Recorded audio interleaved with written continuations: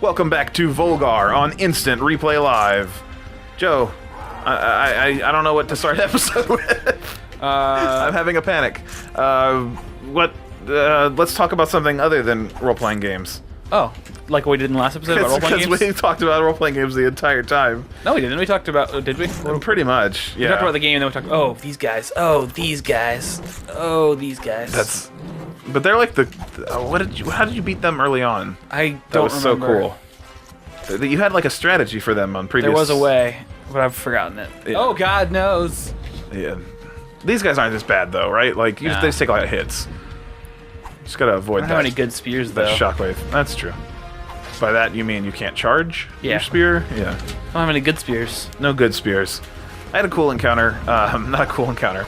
I had a weird encounter that I wanted to be cool. Do you ever, at this point, as you're, like, out about in the world, whether it's work, whether it's, you know, in this case, grocery shopping, anywhere, though, anywhere, doctor's office, since doing Instant Replay Live for 1.5 years now.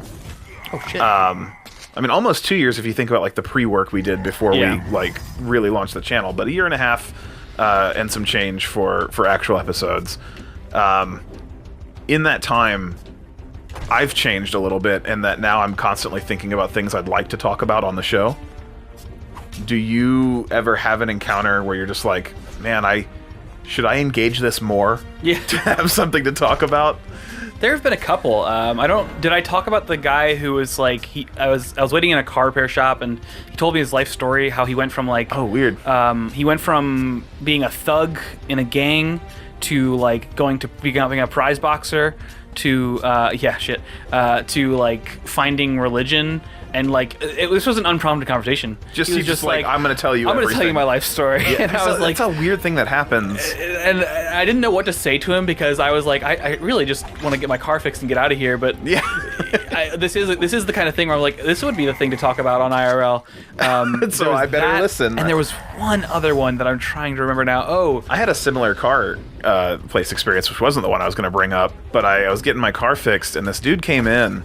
And he's just like, he works with the business in some way, but he was just like, you're very clean cut, and I think I've described the guy who did my home inspection actually on this series before, the like capped teeth and everything. He fits that stereotype as well. He's like the same kind of guy, just like you expect that he probably got his teeth capped so that he could take a picture for his business card or something. Like, he wants to be a face for business.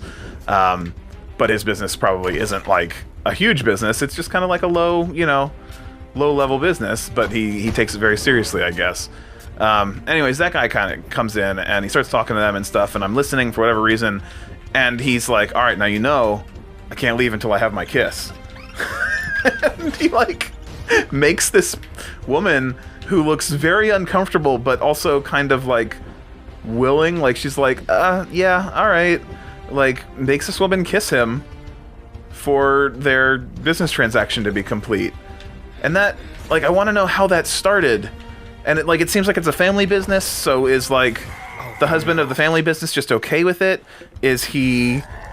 like, does he, like, say, like, hey, this guy gives us a good deal if you kiss him, so kiss him? Like, what is the whole story? I want to know so bad. 10% discount for kisses on the cheek, 20% for the forehead, 30% for the shoulder. Ooh, shoulder kisses. I want to know so bad what that's about. But that wasn't even the story I was going to bring up. That was just, like, an impromptu weird thing that happened at a car repair place. You had another one? I did. There was one time I was on work, but I was not doing my work. Instead, I went to a comic shop, and what I walked into, I was just looking around, getting an idea for what I might want to read, and I started overhearing the conversation between the clerk and this guy in the comic shop, and I realized they were having a conversation about the meaning of life, the existence of God, and just everything, morality in the modern age. Like, and I'm good with good philosophy at the comic book shop. The thing that struck me, I was like, this feels like an almost cliche place to hang out. Like it's all the cool things about like being nerdy and just like discussing the meaning of everything in the confines of all these reference materials. Kevin Smith is in the back recording a podcast. Yeah, exactly. And it just seemed very like almost surreal in my idea. Like it was like a situation that I understood as a almost cliche kind of thing. But it was great. Oh shit! I brought the zombie. It feels like it is kind of like what. It's what they would do, though, right? Like it's like what you would do if you're hanging out in a comic book shop. It's funny because the thing that got me to engage them was, man, this is an interesting thing. I could talk about this on IRL. I'm gonna start talking to them about it, and I never did bring it up, just because we never came to any solid conclusions. But because it's the meaning of life, how can you come to a conclusion about it? Yeah, of course. But it was just a cool situation more than anything. Oh, this is an interesting one. I haven't seen this kind of thing before. Just have to have your back face the right way. Yeah. Yeah, it is. It's good. So mine, the moment that I didn't engage with, the moment that I was like passing by and I was like, God, I should say something just to have more to talk about with this, but I didn't. I was at the grocery store the other day and I passed by this like super redneck looking guy, like wearing a camo jacket. He's, like definitely like off of a hunting trip or something, like in the grocery store. And I was passing by him on my way to get cans of cat food, which happens to be the same aisle that has, like, the grocery store novels. Oh, yeah. Which is a weird concept to begin with to me. Who buys their novels from the grocery store? Like, who is it that's like, I can't go to Amazon or get out to a Barnes & Noble. That's where I bought Song of Fire and Ice. Really? Yeah. So. What?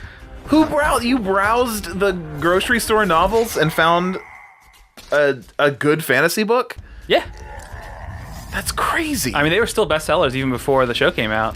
Was it a Walmart or was it a grocery store? I'm pretty sure it was a Publix. Do we have Publix in Virginia? No. But I've heard it's a major southern chain at least. But is it like a big, like, so when I say is it a Walmart, I mean, is it like a big... It doesn't have like electronic sections or anything like that. They do have super Publix kind of things where they've got like a book section up front, like a little near the registers. So it's more than just like the one like trashy novel setup. Because I feel like that's what this was. This guy... Like, they got like curved... I'm doing gestures with my hands. Like curved front section where it's like you can walk around the registers and there's a little... I don't know. Book section but it's a section for books and it's not just like the 20 books that they have. Right. It's a book section. So that I feel like that gives you a little bit more... a little more understanding from me at least. But what I don't understand is who browses the books that are in the typical grocery store and not as like a joke. But this guy was sitting there reading a book, like his groceries were in his cart, and he was just like straight page turning as he was reading. And I could only catch the cover of it, but it looked like one of those like Danielle Steele like illustrated Fabio covers with like soft lighting and everything. And I wanted to know so much more about this guy. Like, I love two things in this life. I love hunting.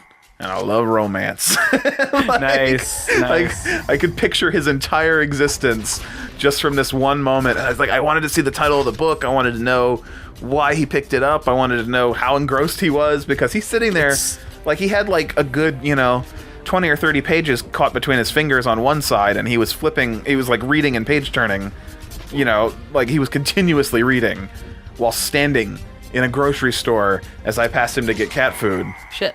And I stopped at the cat food for like a little while longer than I needed to, just so I could like watch him read and try to figure out.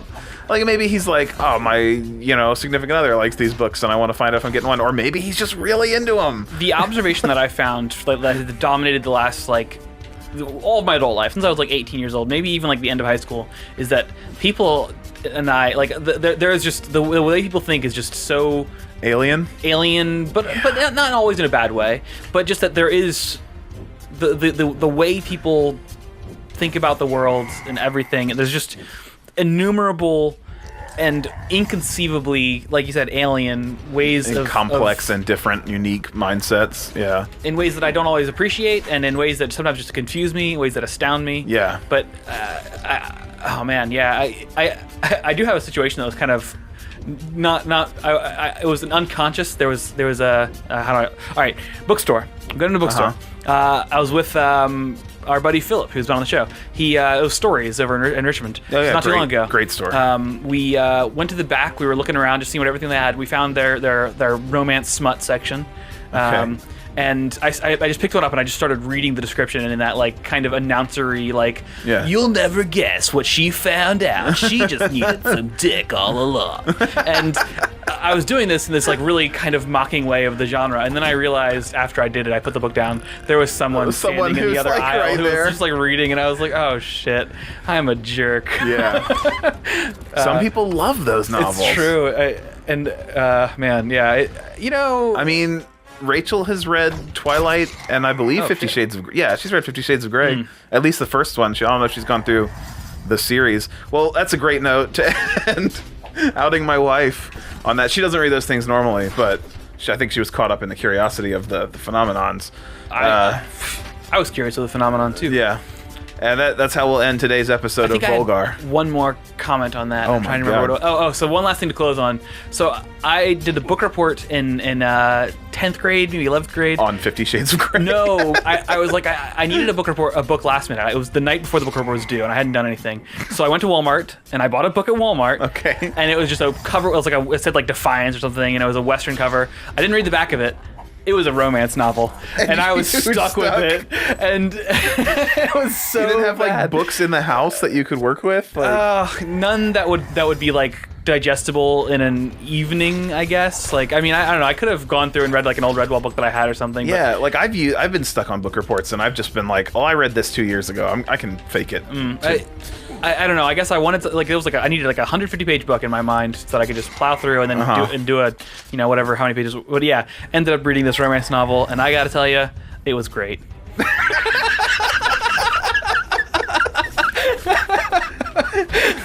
More Volgarr in the next Instant Replay Live. What's your favorite romance novel? Or pitch us a romance novel in the comments. Oh yeah, make a romance novel in the comments. Perfect. Theme it around IRL. No, don't do that. Don't do that. Do it. Don't do it. We're gotta end the episode. Wow, wow.